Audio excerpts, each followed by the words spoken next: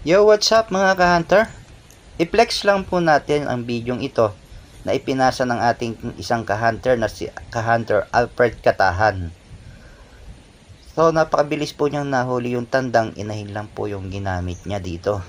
At gumamit din po siya ng speaker pang pakakak. So, panoorin natin mga ka-hunter para magkaroon tayo ng idea kung ano ang dapat nating gawin sa nangyari dito sa kanyang huli.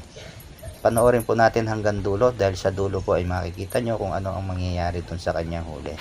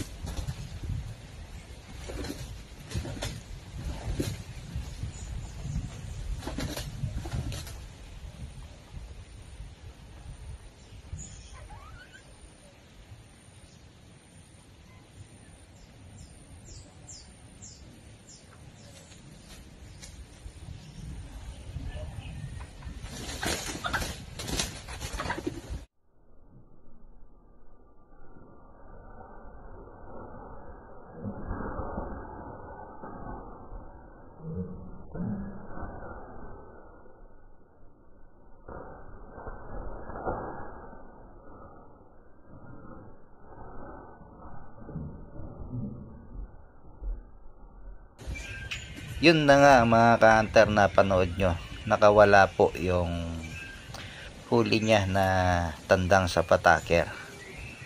Sobrang lakas po ng paglipad-lipad ng tandang ay naputol yung kanyang pataker. So yung pataker na yun ay hindi po galing sa atin, gawa niya daw po yun. Siguro mapayat yung tansi na ginamit niya or masyadong mapayat yung pagkakayas. Kaya sa sobrang lakas ng labuyo ay nalagot yung kanyang pataker. So magsilbing aral po sa atin ito mga ka-hunter, na kung sakali na gagamit tayong pataker at kinayas, wag po natin masyadong pakanipisin dahil may pagkalagot po talaga iyan. At sa sobrang lakas po ng labuyo ay maaaring mangyari nga po yun. Kaya yung ginagamit kong pataker po mga ka-hunter ay 140, medyo mataba na siya para hindi siya basta-basta malalagot.